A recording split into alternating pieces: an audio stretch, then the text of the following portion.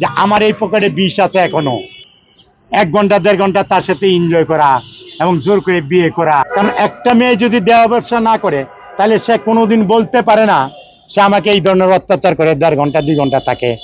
এইখানে আমরা বাংলাদেশের মানুষ, তাই না? আমরা তো সবাই বাংলাদেশি, তাই না? আচ্ছা, একটা ফ্যামিলির স্ট্যাটাস, সোসাইটি, কালচার, আপনাদের বিবেক থাকলে আপনারা মাইনে নেন যে কতটুকু নিচে নামলে, কতটুকু খারাপ হলে একটা ফ্যামিলি এই ধরনের কথা বলতে পারে স্বামীকে নিয়ে। 1 ঘন্টা 1.5 ঘন্টা তার সাথে এনজয় করা এবং জোর করে বিয়ে করা। কোন ধরনের ফ্যামিলি?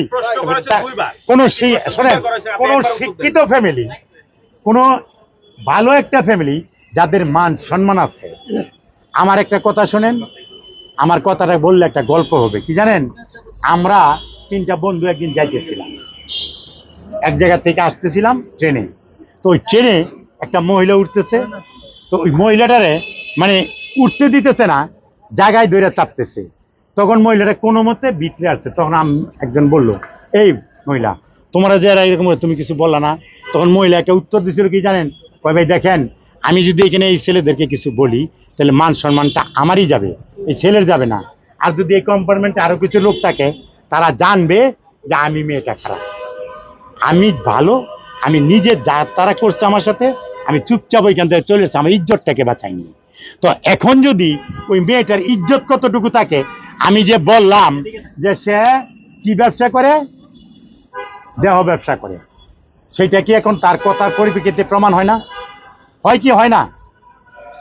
কারণ একটা মেয়ে যদি দেহ ব্যবসা না করে তাহলে সে কোনোদিন বলতে পারে না সে আমাকে এই ধরনের অত্যাচার করে 1.5 ঘন্টা 2 ঘন্টা থাকে। হ্যাঁ, মানুষের কাছে বলতে পারে? দেখি কোনো মহিলা বলতে পারে? এখানে আরেকজন মহিলা আছেন, উনি বলুক। বলতে পারে এই ধরনের? আমার ওই মেয়ের পরিবারের দিয়ে আমার কোনো দরকার নেই, আমার বলারও কিছু নেই। এটা বিচার করবে কোর্ট। কোর্ট বিচার করবে, যেটা সত্য পায় সেটাই বিচার করবে। আমি শুধু আজকে আপনাদেরকে সত্যটা দেখাই দিলাম। কেন? যে আপনারা বিভিন্ন ইউটিউবার যারাই তাদের কাছে বলছে, সেগুলি আপনারা বলতেছেন, বিভিন্নভাবে বলতেছেন, সেগুলি আমার মোবাইল আমি দেখতেছি। কারণ দেখি যে এইগুলি দেশবাসী কীরকম মনে করে, খারাপ মন্তব্য করে। তো কেন আমার বিরুদ্ধে খারাপ মন্তব্য করবে? আমি একটা 44 বছর জেল কাটিয়েছি, তাহলে আমার বিরুদ্ধে কেন খারাপ মন্তব্য হবে?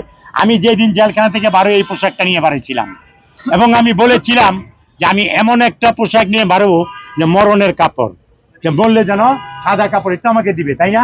আর আমি জীবিত থাকাকালীন যেন একটা মিথ্যা কথা না বলি, তার আগে যেন আল্লাহ আমাকে দুনিয়ার থেকে উঠায় নেয়। আর আরেকটা প্রমাণ করছিলাম যে আমার এই পকেটে বিষ আছে এখনো। আমি কেন রাখি? যে আমি এমন কিছু কাজ করব না যে আমার যেন জেলে যেতে হয়। হ্যাঁ, তার আগে আমি, আছে না আছে সেটা পরে দেখাবো, তার আগেই যেন আমি মরতে পারি, এই কাজ আমি করবো না যে জেলে যেতে হবে। তার আগে দুনিয়া থেকে আমি চিরবিদায় নিই। আমার তো দেখার না, আমি বলছি, আপনার কথাটা বিশ্বাস করেন না।